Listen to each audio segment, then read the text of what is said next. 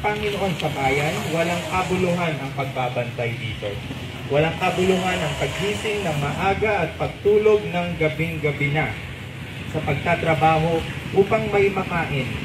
Dahil ang Panginoon ang nagbibigay ng mga pangangailangan ng kanyang minamahal kahit sila'y natutulog.